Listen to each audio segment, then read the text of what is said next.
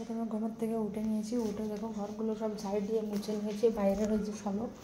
এখন যাচ্ছি ভাত তুলে দেবো, তারপরে ছেলের আজকে জন্মদিন, তার জন্য একটু পায়েস রান্না করব। যাচ্ছি সব থেকে প্রথমে ছেলের পায়েস রান্নার জন্য জিনিসপত্রগুলো নিয়ে আসি। দেখো কী কী নিয়ে যাচ্ছে। সিমার পায়েস রান্না করব।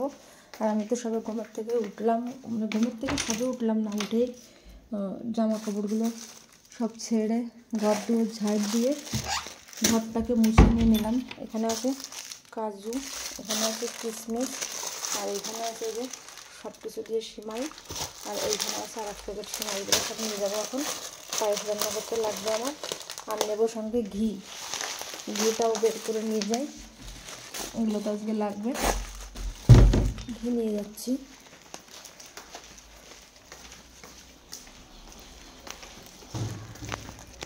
এই যে দেখো, এই যে সমস্ত জিনিস নিয়ে এসেছি। চিনি, তারপরে একটা মিল্কমেড নিতে বাকি আছে, মিল্কমেডটা নিয়ে নিই, তারপরে দেখছি মিল্কমেডটা। যে মিল্কমেড নিয়ে নিয়েছি। সেমাই পায়েসের মতন মিল্কমেড না দিলে ভালো লাগে না। আমি যাচ্ছি এখন ভাত রান্না করার জন্য চালটাকে মেজে নিই। সকালে আমার ছেলে স্কুলে যাবে, তার টিফিন দিতে হবে।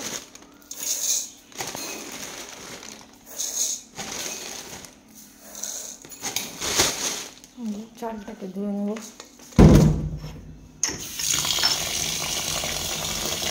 মাছগুলোর করে রেখে দিয়েছি বরফ খাওয়ার জন্য।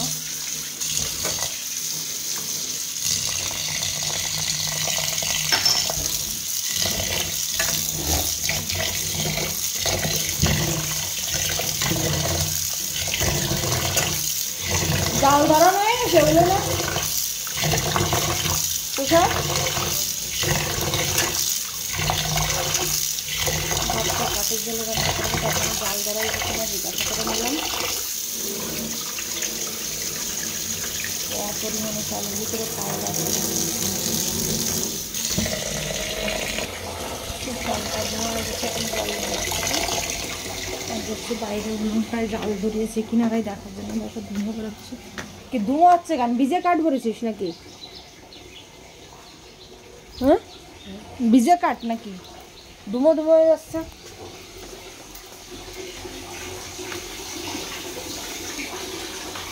আর এখানে দুধ জাল দিয়ে দিয়েছি, গরম জল বসিয়ে দিয়েছি, আর এই পায়েস রান্নার জিনিস নিয়ে নিয়েছি। আর জন্মদিনের কেকটা বাড়িতে কাটা হবে না, কলেজে কাটবে ও বলেছে। তার জন্য বাড়ি আর কিছু করবো না, শুধু পায়েসটা রান্না করে নিয়ে যাবে কলেজে। তাও সব কিছু কলেজেই বানাবে জন্মদিনটাকে। আমি এইখানে ব্লগটাকে শেষ করে দিচ্ছি।